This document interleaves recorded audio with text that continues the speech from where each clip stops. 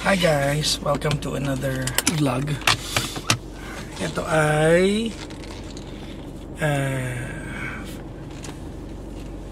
this will form part of very few installments bago tayo mag 100. I think this is day 97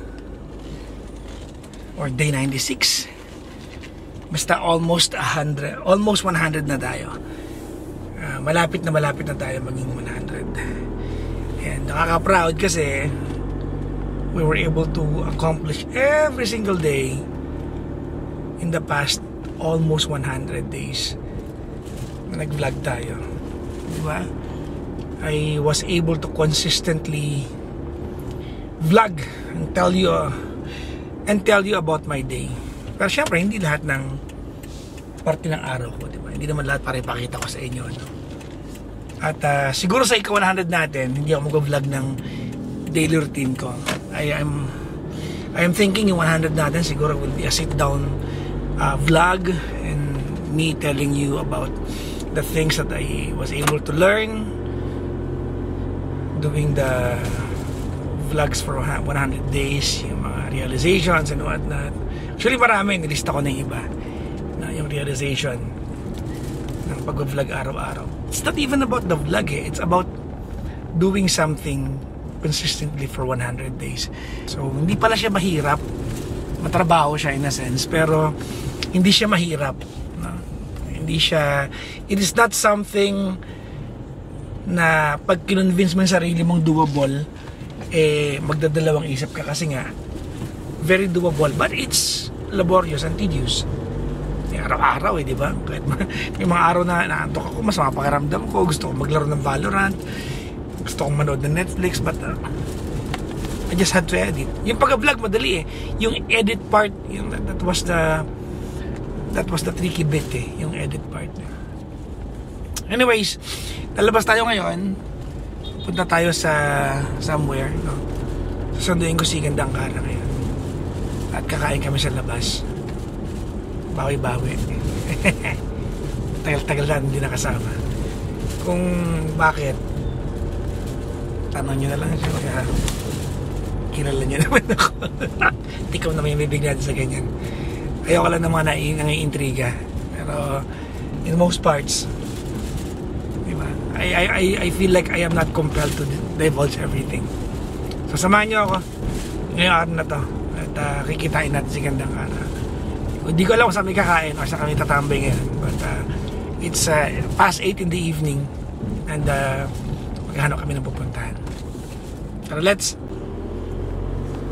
Taran! So you're here. Ba't ngayon ka lang nasa vlog ko? Ikaw.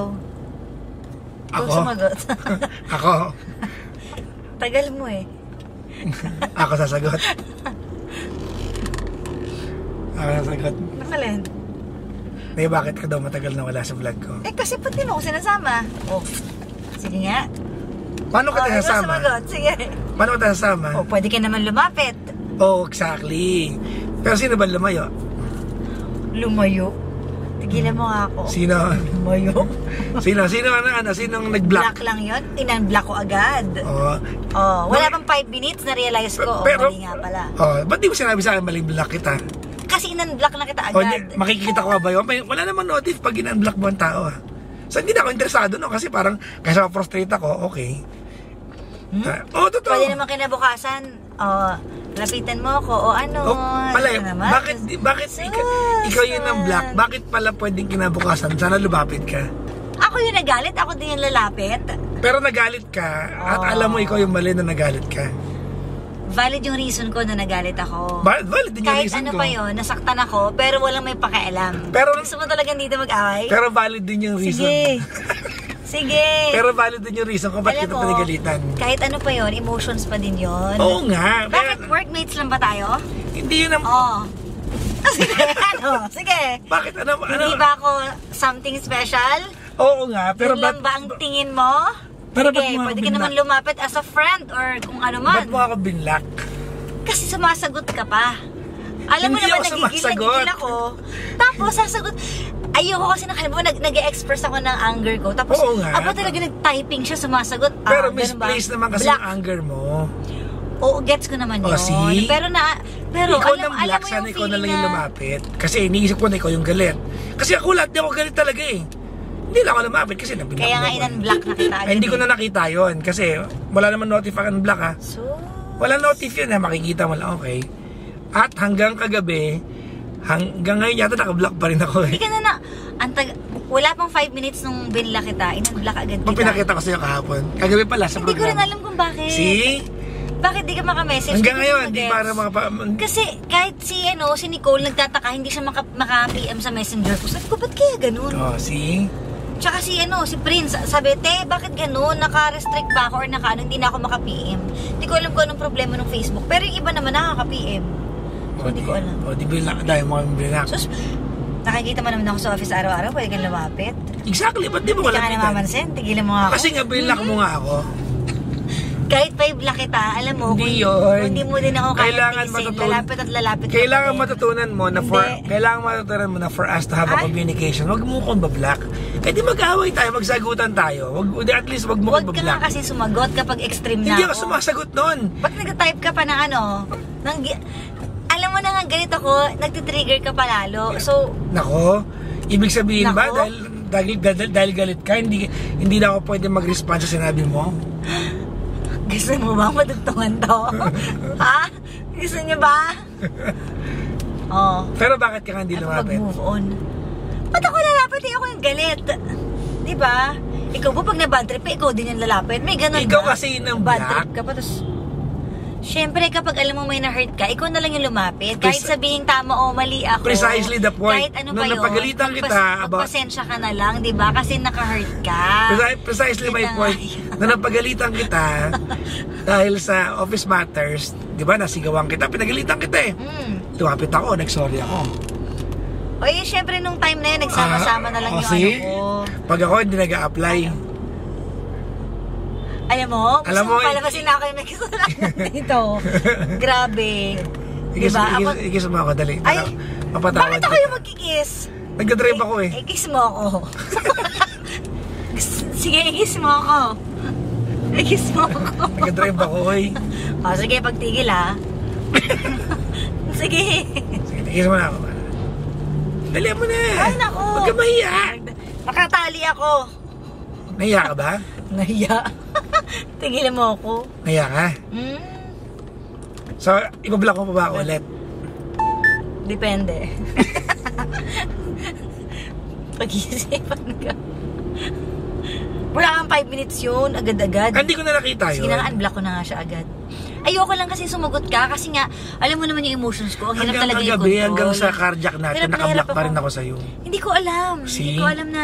So, hindi ko alam na 5 minutes lang. Hanggang hindi ka lang maka-message kasi di ba nag-deactivate ako. So, hindi ko alam. Magmula nun parang may mga hindi maka-PM sa akin. So, yun lang yun. Pinapansin na nga kita sa office, di ba? Alin? Oh, pinapansin kasi may kailangan ka mapirmahan sa akin. Sir John, tinatawag-tawag ng gano'n. Ba't yung Sir John mo may landi? Hindi mo lang landi yun. May landi? Siyempre natatawa na lang ako sa'yo kasi halata naman nagpipigil ka pa tapos ayaw mo pa lumapit. Nagpipigil? Oo. Tigilan mo nga ako. Nagpipigil mo. Sige.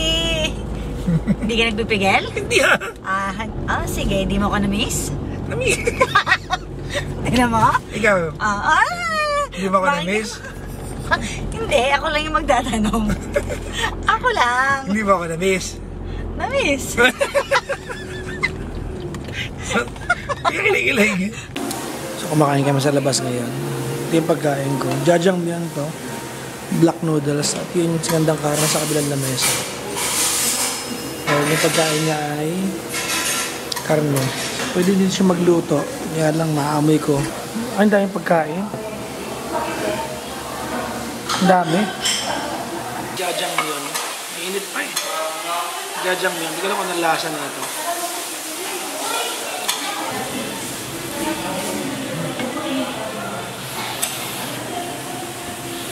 Beans lang to eh. Black beans.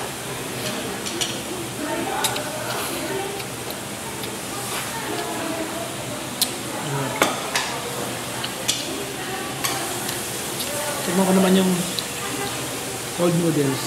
Gatas ba ito? Soybeans. Pwede mo may ng ano, ng tinidor.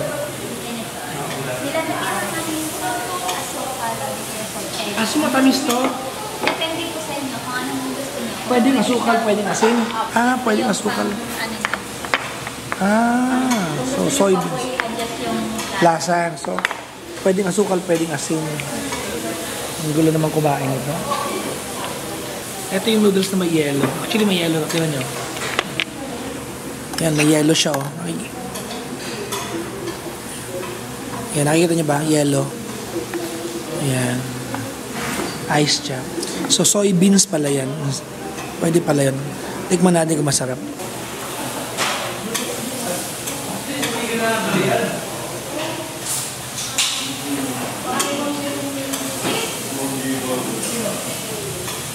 Mahaba naman ito.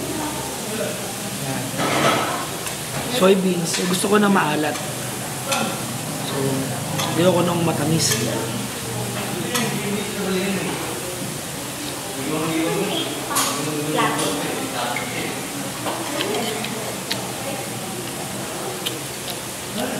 Masarap. Binigyan ko ang gunting. Pwede palang guntingin.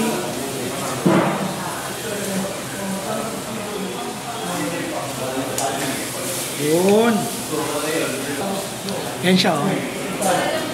Tapos lagyan natin ng asin. Parang ayaw kong tikman yung asukal eh. Parang weird. Asin medyo, di ba? Malapit sa panlasa natin kasi maalat. Kaya naman tayo ng isa. Dami kong order. Yan. Haba ng noodles. Yan.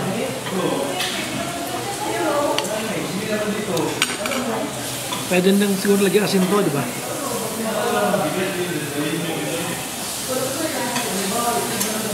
Tikman natin kung ano lasa ng may asin. Manalo. Busog na ako. Si Kara nagluto siya ng pagkain niya. Doon siya nagluto. Kabilang table. Kasi ito yung pagkain ko. Ito, black beans lang to. Ito, soya. So, magkaiba kami ng region ng table. So, ano ito ginagawa ko? Pupunuin.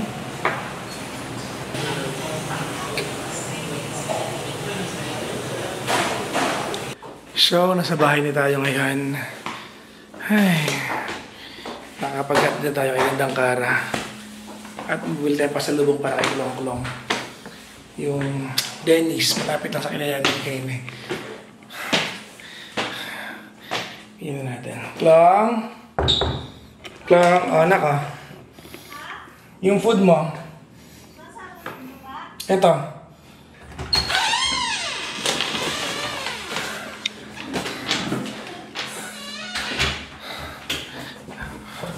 Pagod ako. Inaantok na ako. Kakatapos ko lang mag-edit ng ating pang 90 plus days na vlog. At inaantok na ako. Matutulog na ako. Inantok ako sa soju kanina. Yung ininom namin ni Gandang Kara sa Chinese restaurant. Nag-take out din siya ng noodles para sa lolo niya eh. Gusto ng lolo niya ng noodles eh. So, tinake out niya yung lettuce. Alam nyo naman yun, di ba? Kasi take out yun eh. Para sa lolo niya. Ako naman, ang bilis ko uminom ng soju kasi mamadali akong makauwi na. Inaantok talaga ako.